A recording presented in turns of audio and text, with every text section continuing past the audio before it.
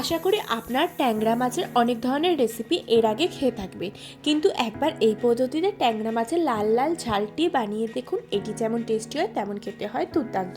খুব সহজে ইজিলি ট্যাংরা মাছের এই তেল ঝালটি তৈরি হয়ে যায়। বাই দা ওয়ে, আমি মৌ, আপনাদের সকলকে আমার চ্যানেলে স্বাগত। চলুন দেখিনি কীভাবে খুব সহজেই ট্যাংরা মাছের তেল ঝালটি বানাবো। এটি বানানোর জন্য আমি ট্যাংরা মাছ নিয়ে নিয়েছি। ট্যাংরা মাছটাকে খুব ভালোভাবে ধুয়ে পরিষ্কার করে নিয়েছি। এবার এতে আমি নুন, হলুদ আর সর্ষের তেল দিয়ে মাছটাকে খুব ভালোভাবে নুন হলুদ মাখিয়ে নেব। দেখুন আমি নুন হলুদ দিয়ে দিয়েছি আর দিয়ে দিচ্ছি সর্ষের তেল দিয়ে এবারে মাছটাকে খুব ভালোভাবে ম্যারিনেট করে নেবো। নিয়ে 10 মিনিট রেস্টে রেখে দেবো। আপনি যদি আমার চ্যানেলে নতুন হয়ে থাকেন তাহলে আমার চ্যানেলটি সাবস্ক্রাইব করার অনুরোধ রইল। পাশে থাকা বেল আইকনটি অবশ্যই প্রেস করে দেবেন, তাহলে আমার ভিডিও সর্বপ্রথম নোটিফিকেশন আপনি পেয়ে যাবেন। দেখুন মাছটাকে খুব ভালোভাবে আমি নুন হলুদ তেল মাখিয়ে নিচ্ছি। মাছটা খুব ভালোভাবে ম্যারিনেট করে নিয়েছি। এবার 10 মিনিট রেস্টে রেখে দেবো। ততক্ষণ একটা মশলা তৈরি করে নেব। তার জন্য আমি নিয়ে নিচ্ছি মিক্সি ব্লেন্ডার। তাতে আমি দিয়ে দিচ্ছি আদা কুচি, দিয়ে দিচ্ছি কয়েকটা শুকনো লঙ্কা, আর দিয়ে দেবো কিছুটা পরিমাণে গোটা জিরে, আর দিয়ে দেবো গোটা ধনে, দিয়ে দেবো সামান্য পরিমাণে জল, দিয়ে সমস্ত মশলাগুলোকে খুব ভালোভাবে পেস্ট করে নেবো। এদিকে গ্যাসে কড়া নিয়ে নিয়েছি, তেল দিয়ে তেল গরম করে নিয়েছি। এবার এক এক করে মাছগুলোকে দিয়ে দেবো। দেখুন আমি এক এক করে মাছগুলোকে দিয়ে দিচ্ছি। দিয়ে এটাকে ঢাকনা চাপা দিয়ে দেবো। ট্যাংরা মাছ খুব ঠিক রয়, তাই ভাজার সময় একটু সাবধানের সাথে ভাজবেন। মাছটাকে যদি তেল মাখিয়ে রাখেন তাহলে ট্যাংরা মাছ ভাজার সময় ঠিক যাবে একটু কম। আর একটু ঢাকনা চাপা দিয়ে ভাজলে খুব একটা অসুবিধা হবে না। এক পাশটা ভাজা হয়ে গেলে আমি উল্টে দিচ্ছি, দিয়ে অপর পাশটাকে ভাজতে থাকছি। দেখুন একদিকটা ভাজা হয়ে গেছে, আমি এবার উল্টে দিচ্ছি, দিয়ে অপর পাশটাকে ভাজিয়ে নিচ্ছি। দেখুন মাছগুলো খুব সুন্দর করে ভাজা হয়ে গেছে। সব দিকটাকে একদম সুন্দর করে লাল করে ভেজে নিতে হবে।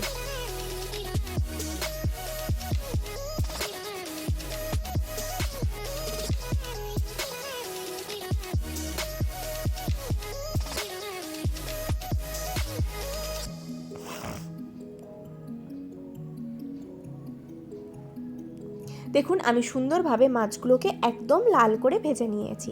এবার মাছগুলোকে আমি তুলে সাইডে একটা পাত্রে রেখে দেবো। দেখুন মাছগুলোকে আমি তুলে নিচ্ছি। তুলে নিয়ে ওটাকে আমি সাইডে একটা পাত্রে রেখে দিচ্ছি।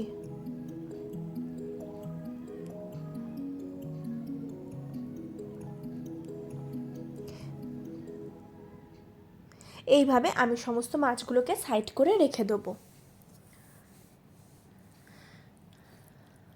দেখুন এইভাবে আমি সব মাছগুলোকে তুলে নিয়েছি। এবার ওই তেলেই আমি লম্বা লম্বা করে আলু কেটে রেখেছিলাম, সেই আলুটাকে নুন আর হলুদ দিয়ে খুব সুন্দর করে লাল করে ভেজে নেব। দেখুন আমি নুন দিয়ে দিয়েছি, দিয়ে এটাকে ঢাকনা চাপা দিয়ে খুব সুন্দর করে লাল করে ভেজে নেব। আপনারা আলুটাকে অবশ্যই লাল করে ভেজে নেবেন, তাহলে খেতে দুর্দান্ত টেস্ট হবে তেল ঝালটায়।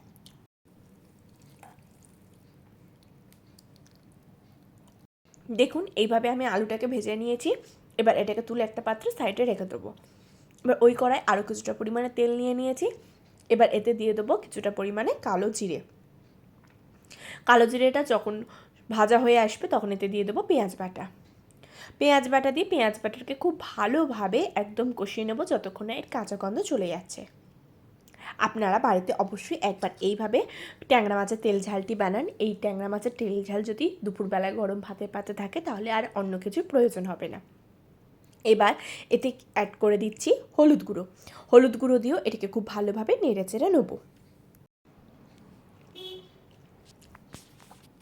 দেখুন আমি খুব সুন্দরভাবে এটাকে মশলাটাকে কষিয়ে নিচ্ছি।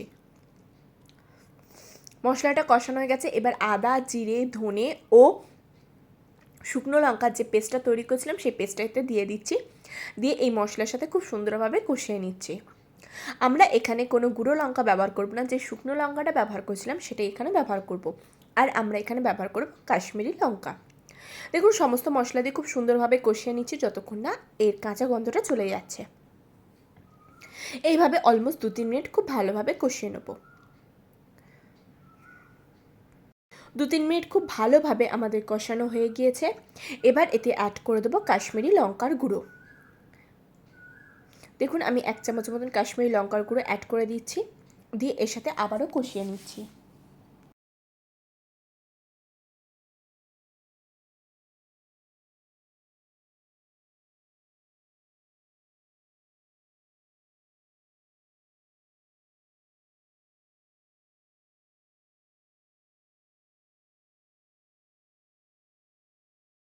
দেখুন খুব ভালোভাবে কষিয়ে নিয়েছি। এবার আগে থেকে ভেজে রাখা আলুগুলো অ্যাড করে দিচ্ছি। আলু দিয়ে আলুগুলো এর সাথে খুব ভালোভাবে কষিয়ে নেব।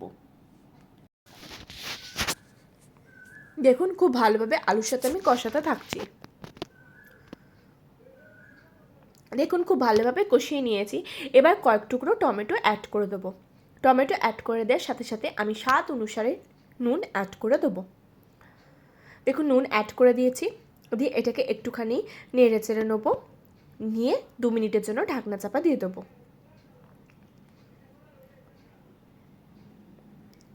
দেখুন খুব ভালোভাবে আমি নেড়ে চেড়ে নিয়েছি, নাড়াচাড়া হয়ে গিয়েছে। এবার এটাকে আমি ঢাকনা চাপা দিয়ে দেবো 2-3 মিনিটের জন্য। 3-4 মিনিট পরে আমি ঢাকনা সরিয়ে নেব, নিয়ে এটাকে আবারও কষিয়ে নেব। দেখুন সমস্ত মশলা খুব সুন্দরভাবে কষানো হয়ে গিয়েছে। এবার এতে আমি অ্যাড করে দেবো পরিমাণ মতন জল। প্রথমে সামান্য একটুখানি জল দেব, দিয়ে গ্রেভিটাকে খুব সুন্দরভাবে রেডি করে নেব।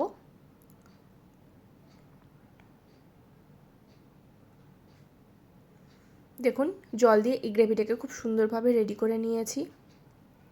এবার এতে আমি অ্যাড করে দেবো বাকি পরিমাণ মতন জলটা। দেখুন আমি বাকি পরিমাণ মতন জলটা এতে অ্যাড করে দিচ্ছি, দিয়ে জলটা এর সাথে খুব ভালোভাবে আমি মিশিয়ে নেব। দেখুন জলটাকে আমি খুব ভালোভাবে এর সাথে মিশিয়ে নিচ্ছি।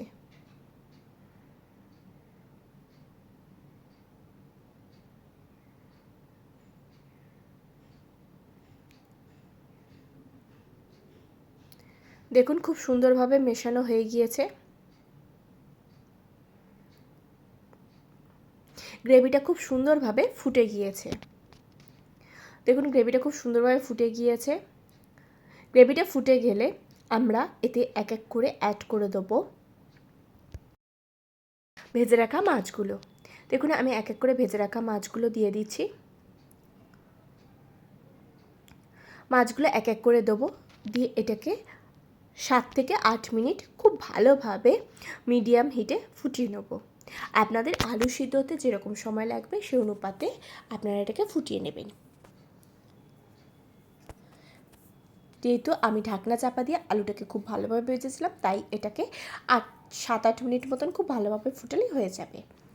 এবার গ্যাসের ফ্লেমটাকে লো করে দিয়ে আমি ঢাকনা চাপা দিয়ে দেবো 7-8 মিনিট। অলমোস্ট 9-10 মিনিট পরে আমি ঢাকনা সরিয়ে নিচ্ছি।